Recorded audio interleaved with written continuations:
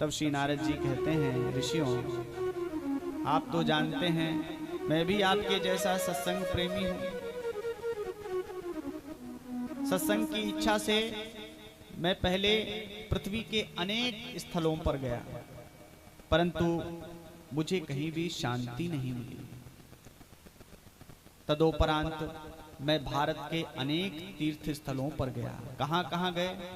पुष्करम च प्रयागम च काशी गोदावरी तथा हरिक्षेत्रम कुरुक्षेत्रम श्रीरंगम सेतुवंदनम एवमादिषु तीर्थेषु भ्रममाण इतस्तथा नापश्यं कुत्रचिच्छर्म मनः संतोषकारकं मनः संतोषकारकं। कहाँ कहाँ गए? बोले पुष्कर गया, प्रयाग गया, काशी गया, गोदावरी गया, हरि क्षेत्र गया, कुरुक्षेत्र गया, श्रीरंग सेतुवंदन रामेश्वरम आदि हर जगह गया, परंतु मेरे मन को कहीं भी शांति नहीं मिली। मैंने सोचा कि चलो संतों के पास चलते हैं। तो संतों के पास गया तो वहां तो बड़ी विडंबना देखी। क्या? बोले पाखंड निरता संतः, संत भी पाखंड परायण हो गए हैं। पाखंड का मतलब पापस्य खंड, पाखंड, पाखंड भी पाप का ही एक खंड है। स्नान करने से क्या होगा, पूजा करने से क्या होगा, माला जप से क्या होगा, भजन से क्या होगा। जो कुतर्क की कैंची से सदैव महाराज हर बात को काटते रहते हैं, वही सबसे बड़े पाखंडी होते हैं। नारद जी कहते हैं जब संतों के पास भी मुझे शांति नहीं मिली तो मैंने सोचा चलो गृहस्थों के पास चलते हैं। तो गृहस्थों के यहाँ तो और विडंबना देखी। क्या?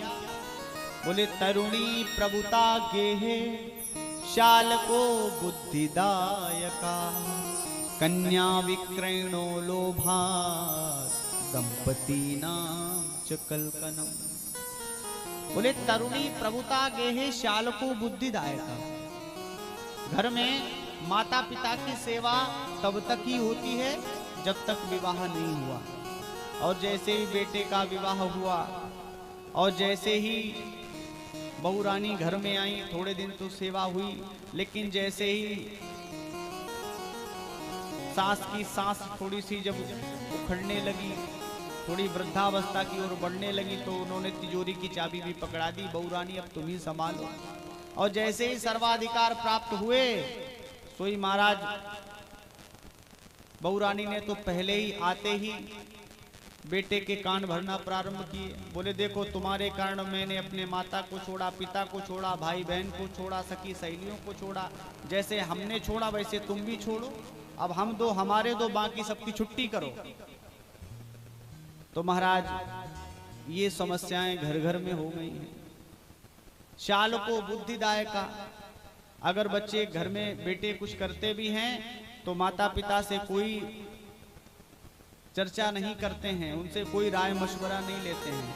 शाल को बुद्धिदायका, ससुराल से साले साहब को बुलाया जाता है और उनके दिशा निर्देश पर सारे कार्य संपन्न किए जाते हैं।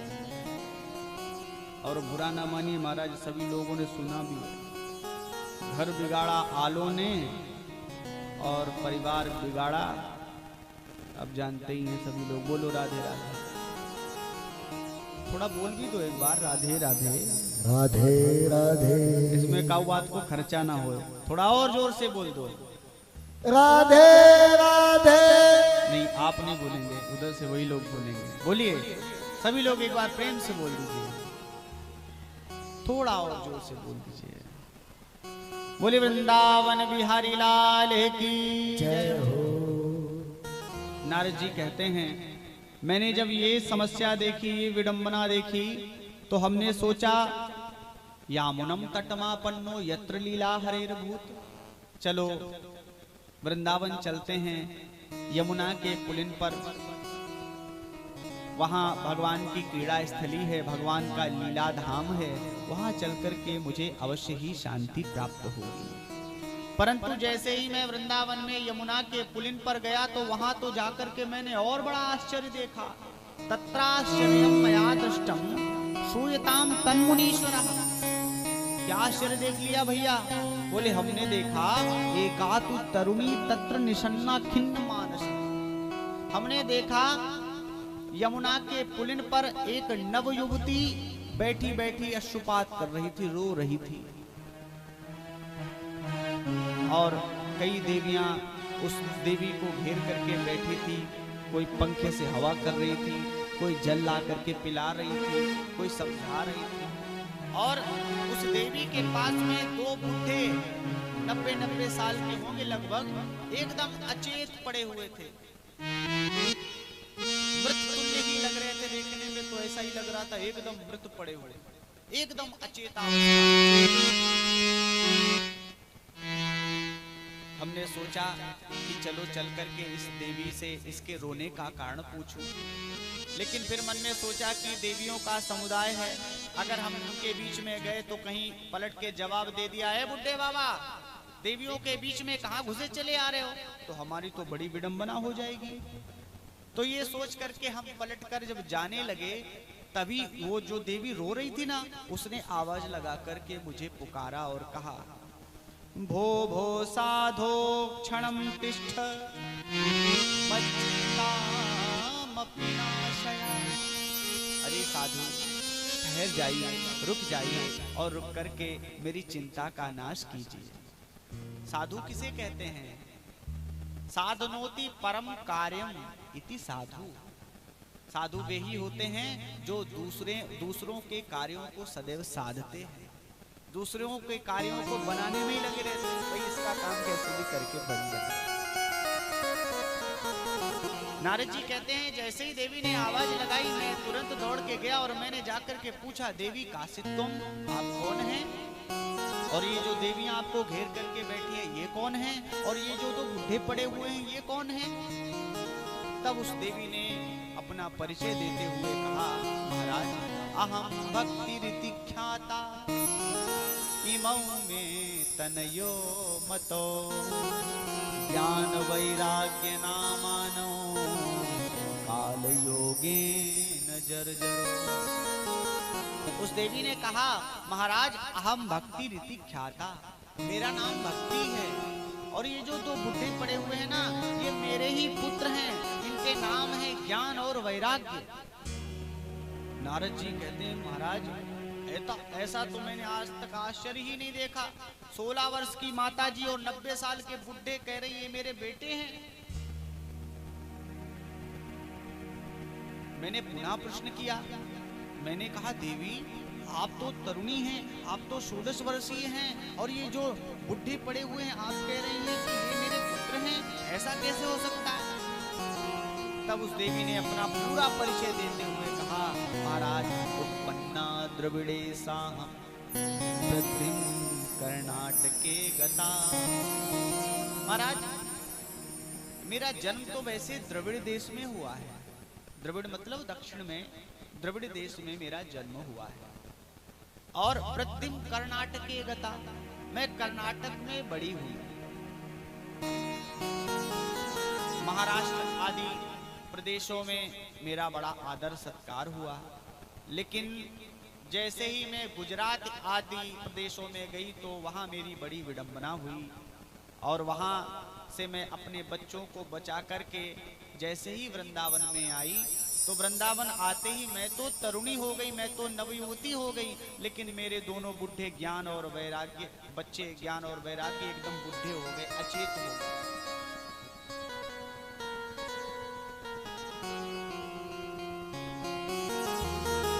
विचार करें। भक्ति महारानी अपना परिचय देते हुए कह रही हैं, उत्पन्ना द्रविड़े साहम, मेरा जन्म द्रविड़ देश में हुआ है।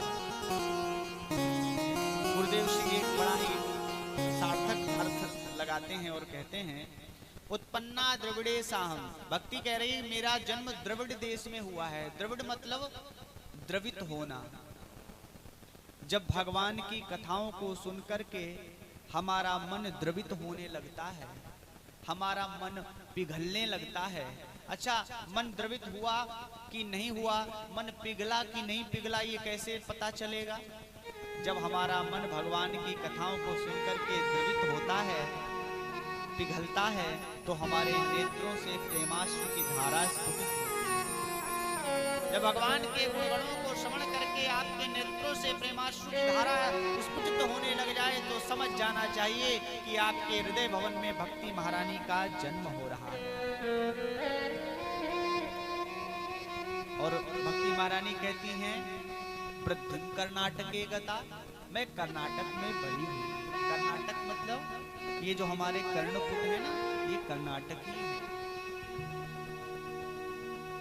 भगवान की कथा को इन कर्णपुटों के माध्यम से हम जितना पान करते हैं, हमारी भक्ति उतनी ही बड़ी, उतनी ही बलवती होती चली जाती है। हम जितनी कथा भगवान की सुनेंगे, हमारी भक्ति उतनी ही बलिष्ठ होगी। ये कर्णपुटों से ही भगवान की कथा को सुनकर के हम भक्ति को बड़ा करते हैं। महाराज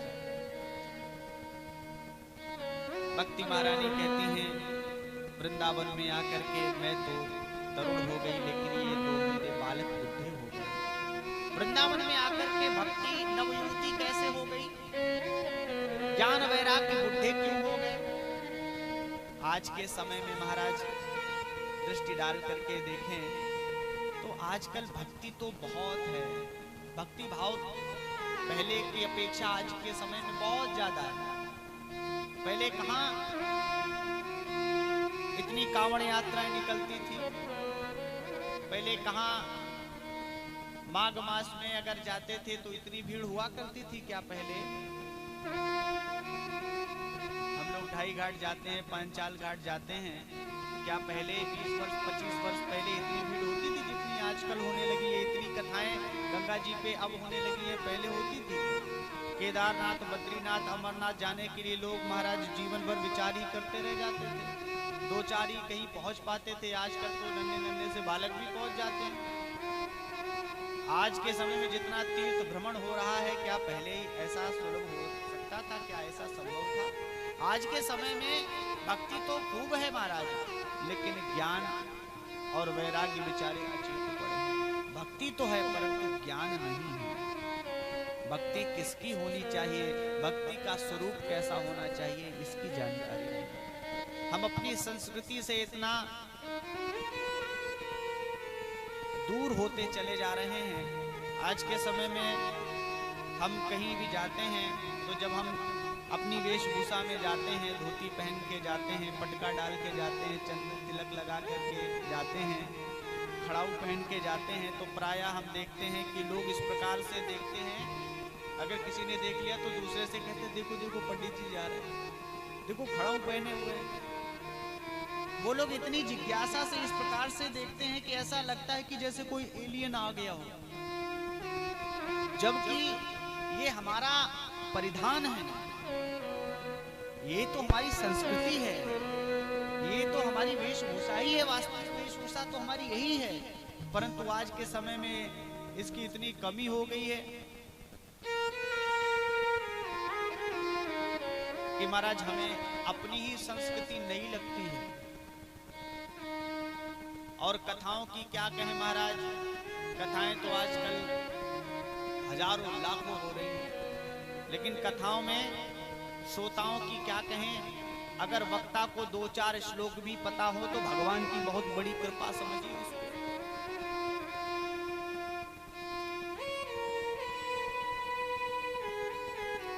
नारद जी महाराज कहते हैं,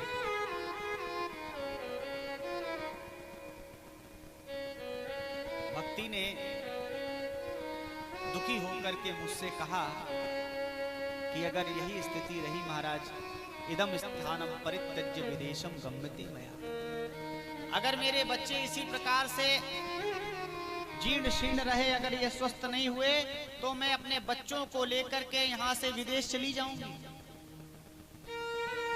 नारद जी कहते हैं मैंने भक्ति को समझाया, नहीं नहीं ऐसा मत करो, मेरे भारत को छोड़ करके विदेश मत जाओ, कहीं दूसरी जगह मत जाओ, यही तुम्हारा सत्कार होगा, यही तुम्हें सम्मान प्राप्त होगा।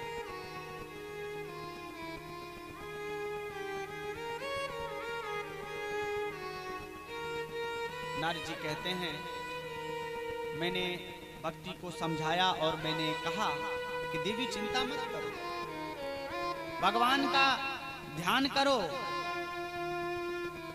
भगवान का स्मरण करो, वे प्रसन्न होंगे, तुम्हारे सभी कष्टों को, सभी दुखों को दूर कर देंगे।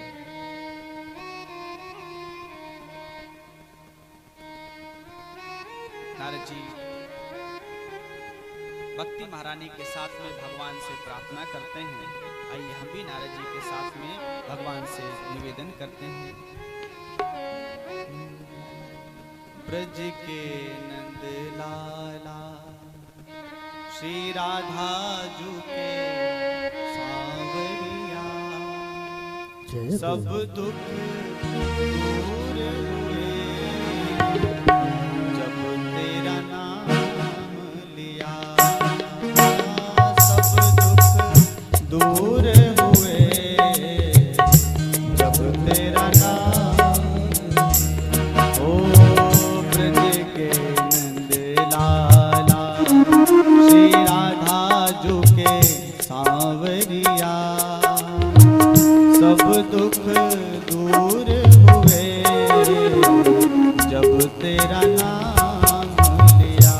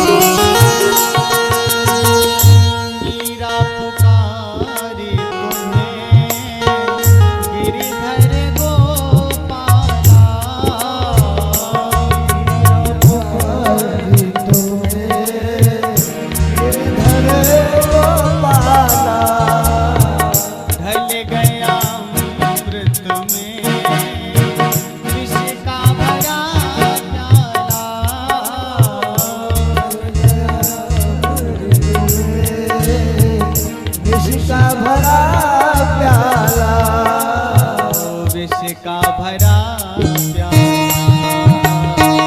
कौन मिटाए उसे, कौन मिटाए उसे, जिसे तू राखे पिया, सब दुख दूर हुए जब तेरा नाम लिया, सब दुख दूर हुए जब तेरा नाम लिया।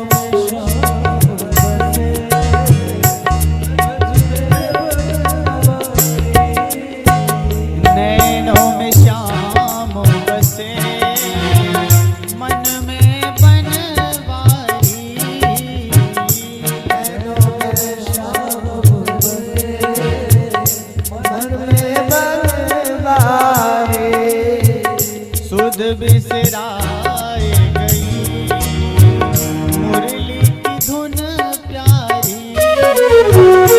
सुध बिसराई गई, मुरली की धुन प्यारी, ओ मुरली की धुन प्यारी, मन के मधुबन में, मन के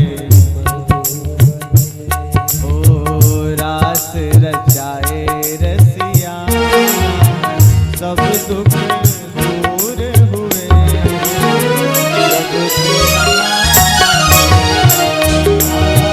सब दुख दूर हुए, जब तेरा नाम लिया। ओ ब्रज के नंद लाला, श्री राधा जी की सावरिया, सब दुख दूर हुए, जब तेरा नाम लिया। सब दुख दूर हुए, जब तेरा नाम लिया। ओ सब दुख दूर हुए, जब तेरा नाम लिया। बोले भक्त वत्सल भगवान की जय हो। महाराज श्री नारद जी कहते हैं, देवी आप चिंता मत कीजिए, भगवान का स्मरण आपने किया है, भगवान का ध्यान कीजिए, और इस कलिकाल में धन्य है ये श्री वृंदावन धाम।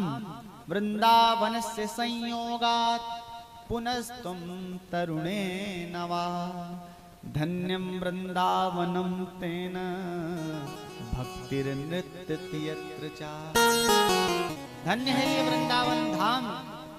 इस कलिकाल के कलुषित वातावरण में इस वृंदावन में भक्ति महारानी इस प्रकार से ताता थैया करके नृत्य कर रही हैं।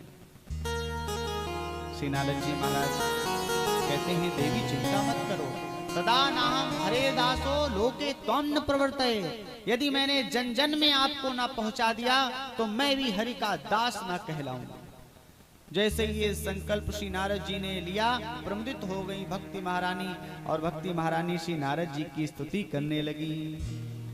जयति जगति माया यस्य काया धवस्ते, जयति जगति माया यस्य काया धवस्ते, वचन रचन में कम केवलम चाकलैया, वचन रचन में कम केवलम ध्रुव पदम पिया तो यत् कृपा तो ध्रुवोऽयं, ध्रुव पदम पिया तो ध्रुव पदम पिया तो यत् कृपा तो ध्रुवोऽयं, ध्रुव पदम पिया तो कृपा तो ध्रुवोऽयं, सकल कुशल पात्रं ब्रह्मपुत्रं नतास्मि, सकल कुशल पात्रं ब्रह्मपुत्रं नतास्मि, सकल कुशल पात्रं ब्रह्मपुत्रं नतास्मि,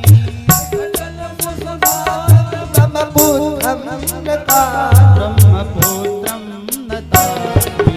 जयति जगति माया, जयति जगति माया, जयति जगति माया। हे ब्रह्मा जी के प्रथम मानस पुत्र, आपकी जय हो, जय हो, जय हो। आपके वचनों का अनुग्रह प्राप्त करके कयाधु नंदन प्रहलाद भक्ति के परमाचार्य बन गए। आपका शिष्यत्व प्राप्त करके श्री ध्रुव जी महाराज 5 वर्ष की श्री ध्रुव जी महाराज ने 5 माह की तपस्या करके ही भगवान को प्रसन्न कर लिया। ये सब आपकी कृपा से ही संभव हुआ है। श्री नारद जी प्रसन्न हो गए। श्री नारद जी महाराज ज्ञान और वैराग्य को स्वस्थ करने का प्रयास करने लगे। नारद जी महाराज वेद पाठ सुनाते हैं। गीता पाठेर मुहुर मुहुर, गीता जी का अनेक बार पाठ सुनाया है, परंतु जैसे ही गीता पाठ सुनाते हैं थोड़ी थोड़ी सी चेतना आती है, परंतु जैसे ही पाठ विश्राम करते हैं वैसे ही तुरंत ज्ञान और वैराग्य धड़ाम से गिर जाते हैं, फिर से अचेत हो जाते हैं। जब परिश्रांत होने लगे श्री नारद जी महाराज तो आकाशवाणी हुई और आकाशवाणी ने कहा, व्योमवाणी तदैवा भूमा ऋषे किद्दितामिति उद्यमः सफलस्तेयं भविष्यति न संशया। आकाशवाणी हुई और आकाशवाणी ने कहा, नारद जी आपका उद्यम अवश्य सफल होगा। नारद जी ने कहा, हमें कहीं सफलता तो दिखाई पड़ नहीं रही है। गला सूख गया वेद पाठ करते करते, गीता पाठ करते करते, अभी तक इनमें चेतना तो आई नहीं है। आकाशवाणी ने कहा, नारद जी आपका उद्यम सफल अवश्य होगा, परंतु आप सत्कर्म कीजिए। नारद जी ने कहा, सत्कर्म कीजिए? अरे इतनी देर से वेद पाठ कर रहे हैं, गीता पाठ सुना रहे हैं, ये क्या सत्कर्म नहीं है? और यदि ये सत्कर्म नहीं है तो वो कौन सा सत्कर्म है जिसको करने से ज्ञान और वैराग्य पुष्ट हो जाएंगे? आकाशवाणी ने कहा, वह कौन सा सत्कर्म है ये तो आपको कोई संत ही बताएगा। आप संत के पास जाइए और उनसे पूछिए कौन सा सत्कर्म है। नारद जी ने मन में सोचा कि चलो भाई संत से पूछ लेते हैं। अब नारद जी महाराज स्वयं जो 12 महाभागवतों में एक हैं, वो जिससे भी प्रश्न करने जाते हैं, जिसको पता चले कि नारद जी प्रश्न करने आ रहे हैं, तो कई तो महाराज अपने आश्रमों को छोड़ करके ही पलायन कर गए। बोले नारद जी आकर के पूछेंगे, पता नहीं कौन सा प्रश्न होगा, कहीं उत्तर नहीं दे पाए तो चेलाओं के सामने हमारी तो बड़ी विडंबना हो जाएगी। तो कई तो सूचना पाते ही कि नारद जी प्रश्न करने आ रहे हैं, पलायन कर गए, चले गए आश्रम को छोड़ करके। और जिनके सामने श्री नारद जी पहुंच ही गए, जो बेचारे भाग नहीं सके, तो महाराज नारद जी ने प्रश्न किया कि बताइए सत्कर्म किसे कहते हैं? अब वो एकदम मौन बैठे हैं। चेला को इशारा किया, तुम ही संभालो। तो चेला ने कहा, अरे नारद जी, अरे गुरुजी से पूछ रहे हैं।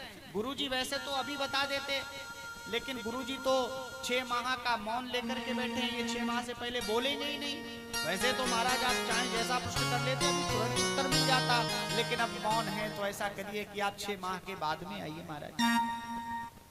अपना पीछा नारद जी से छुड़ाए, जैसे नारद जी जाएं। तो नारद जी कहते हैं कि संपूर्ण पृथ्वी लोक में मैं भ्रमण किया, मैं गया, लेकिन मुझे कहीं भी जब मेरे प्रश्न का उत्तर नहीं मिला तो मैंने सोचा कि चलो बद्री विशाल में चल के भगवान नर नारायण से पूछूंगा।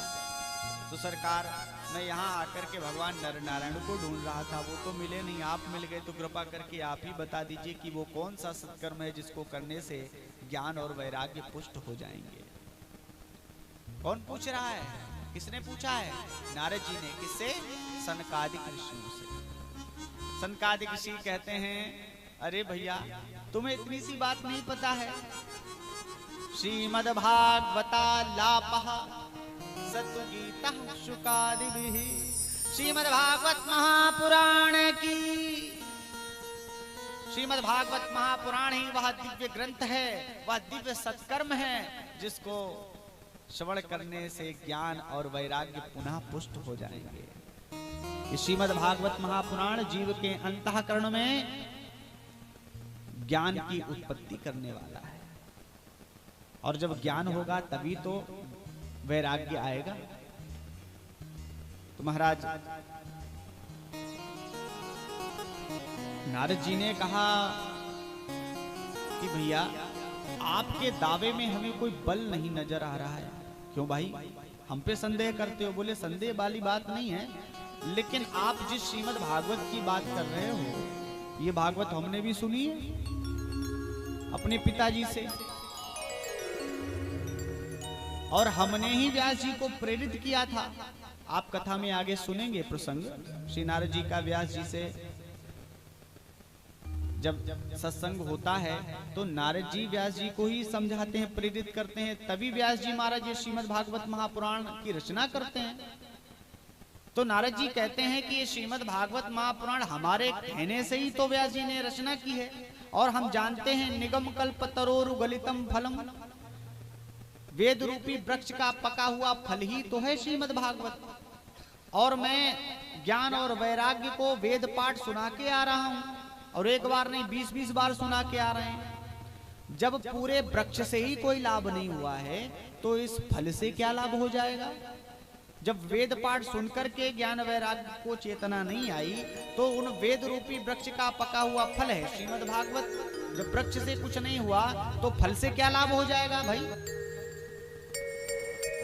सनकादिक ऋषि कहते हैं मुनिवर, एक बात बताइए, ये तो आप ऐसे कह रहे हैं जैसे कोई आम का मीठा फल खाए, बढ़िया दशहरी आम पका हुआ हो, और कोई खाए और खाकर के फिर मन में विचार करे कि जब फल इतना मीठा है तो वृक्ष कितना मीठा होगा, और ये सोच करके जाए और जाकर के आम के पत्तों को चबाने लग जाए। बोले इसमें स्वाद होगा क्या? पत्तों में वो स्वाद मिलेगा जो आम के फल में मिला था? बोलो। सोचे कि चलो कोई बात नहीं, चलो इसकी छाल खा के देखते हैं, तो छाल में क्या वो स्वाद मिलेगा? क्या तने में वो स्वाद मिलेगा? पूरे वृक्ष में कहीं भी वो स्वाद प्राप्त नहीं होगा जो उस फल में मिला, जबकि वो फल निकला उस वृक्ष से ही है, परंतु जो स्वाद फल में है वो वृक्ष में भी नहीं है। अगर घर में माताएं गाय के दूध से पूड़ियां बना रही हो, गाय के दही घी से पूड़ियां बना रही हो, और पूड़ियां बनाते बनाते घी समाप्त हो जाए तो मैया सोचे कोई बात नहीं, अरे घी तो समाप्त हुआ है, घी का बाप तो रखा हुआ है, 5 लीटर दूध रखा हुआ है, ऐसा करो ला करके कढ़ाई में दूध डाल दो। भाई दूध से ही तो घी बनता है, घी नहीं है तो दूध से पूड़ियां बना लेंगे। तो बताओ घी का काम दूध करेगा क्या? दूध से पूड़ियां निकलेंगी? जबकि दूध से ही घी निकला है, परंतु जो कार्य घी से होगा वो दूध से नहीं हो सकता। उसी प्रकार से श्रीमद् भागवत महापुराण वेद रूपी वृक्ष का पका हुआ फल अवश्य है, परंतु जो लाभ इससे है वो तो वेदों से भी नहीं है महाराज। जब ये सुना तो नारद जी कहते हैं भैया आज एक बात समझ में आ गई है, स्वाध्याय चाहे कोई कितना भी कर ले, परंतु जब तक सत्संग की सरता में सराबोर नहीं होता तब तक ज्ञान नहीं होता। और सत्संग की सरता में सराबोर होने का सौभाग्य सबको मिलता नहीं है महाराज। कब मिलता है? भाग्योदयेन बहुजन्म समर्जितेन सत्संगमं च लभते पुरुषो यदा वै अज्ञान हेतु कृत मोह मदांधकार नाशम विदाय तदोदयते विवेकः। भाग्योदयेन बहुजन्म समर्जितेन, श्री नारद जी कहते हैं जब जीव के जन्म जन्मांतर के कल्प कल्पांतर के युग युगांतर के पुण्य पुंज उदय होते हैं तब उसे सत्संग की सरता में सराबोर होने का सौभाग्य मिलता है। और सत्संग से होगा क्या? बोले अज्ञान हेतुकृत मोह मदांधकार। अज्ञान रूपी जो अज्ञान का हेतु है क्या है?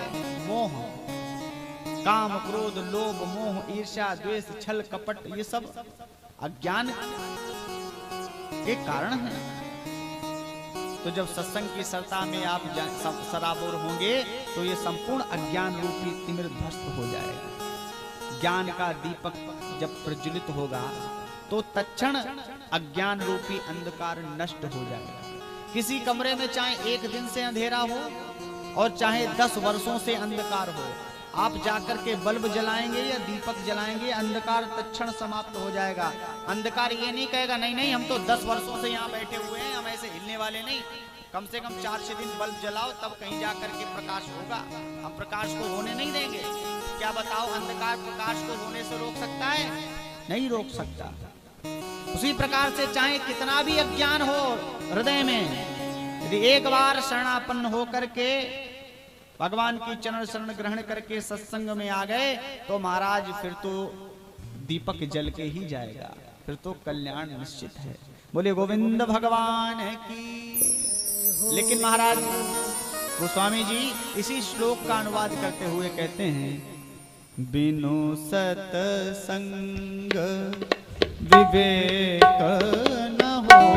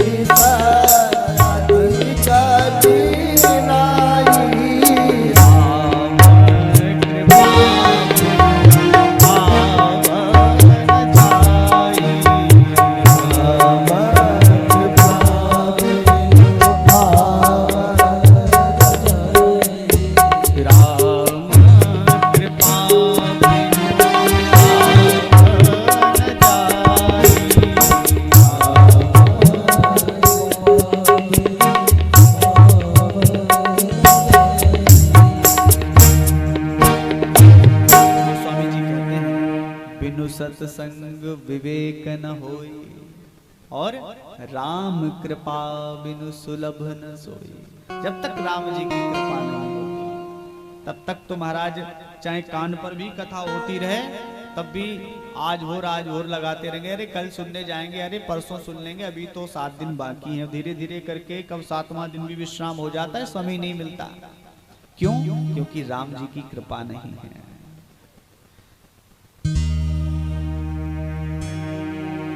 नारद जी कहते हैं, ऋषियों जब इतनी अद्भुत कथा है तो क्या इस दिव्य कथामृत का पान आप हमें भी कराएंगे? सनकादिक ऋषि कहते हैं, अरे नारद जी हम तो इसी के लिए घूमते हैं, या तो कोई सुनने वाला मिले या फिर कोई सुनाने वाला मिले। आप सुनना चाहते हैं तो हम अवश्य सुनाएंगे। तो बोले सरकार सुनाइए। बोले यहाँ नहीं तो कहाँ? बोले गंगा द्वार समीपे तू तटमानंद नामकम। बोले गंगा द्वार माने, गंगा द्वार माने जिसको हम हरिद्वार कहते हैं। कोई हरिद्वार कहता है, कोई हरिद्वार कहता है। जितने वैष्णव हैं वो कहते हैं ये तो हरिद्वार है, हमारे श्री हरि का द्वार है ये। और जितने शैव हैं, भगवान शिव के जो उपासक हैं, वो कहते हैं नहीं ये तो हरिद्वार है, ये तो हमारे शिव का द्वार है। सनकादिक ऋषि कहते हैं हरि और हर के चक्कर में काहे को पड़े? बोले ना हरि का द्वार है ना हर का द्वार है, ये तो गंगा द्वार है। बोले गंगा मैया की जय हो। बोले गंगा द्वार समीपे तू तटमानंद नामकम। आनंद नाम के तट पर गंगा द्वार से चल करके हम इस कथा को सुनाते हैं। तो महाराज सनकादिक ऋषियों के साथ में श्री नारद जी गंगा द्वार पे आ रहे हैं। अब अभी से चलेंगे तो कल तक पहुंचेंगे, थोड़ी दूरी ज्यादा है। और आगे के सत्र की कथा हम लोग कल प्रारंभ करेंगे। आज वैसे ही थोड़ा सा विलंब हुआ है, तो सभी कुछ क्षण भगवान नाम का आश्रय लेकर के हम अपनी वाणी को विश्राम करें। बोले गोविंद भगवान की जय हो। कृष्ण गोविंद हरे मुरारे, हे नाथ नारायण वासुदेव। हरे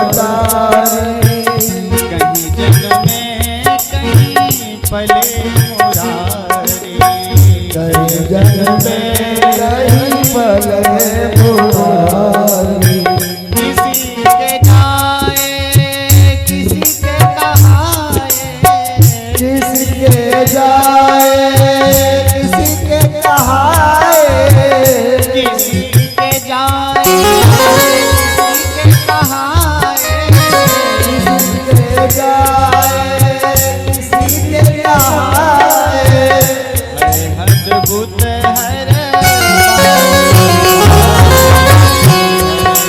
बुद्ध हरे बात गोकुल में चमके मथुरा के तारे गोकुल में चमके मथुरा के तारे हे नाथ नारायण गोविंद हरे मुरारी नाथ नारायण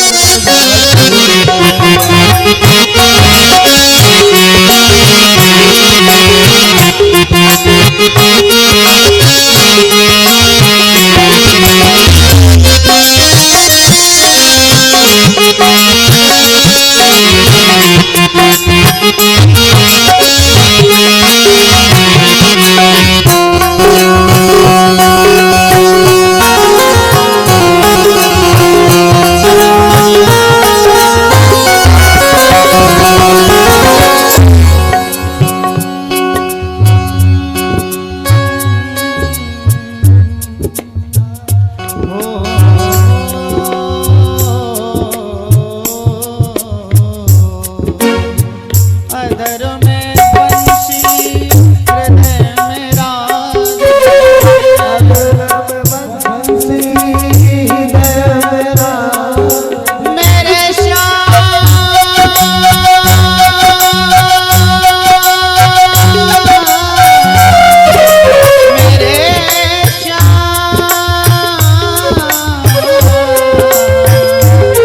मेरे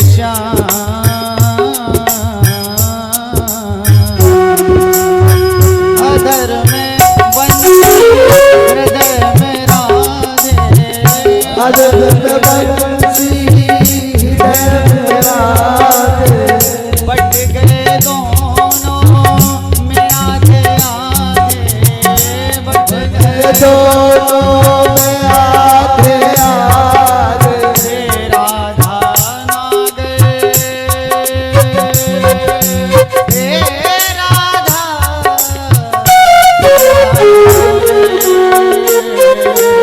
हे राधा नाग भक्त वत्सल हे राधा हे भक्तवत्सल सदैव भक्तों के काम सर्व भक्तों के काम वहीं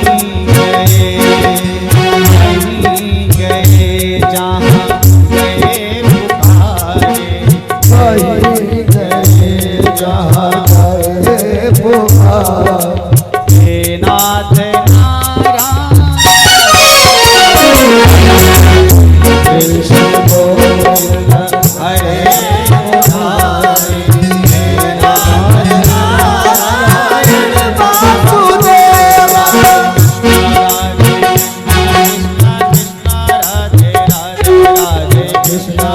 सभी गाइए कृष्ण कृष्ण राधे राधे राधे कृष्ण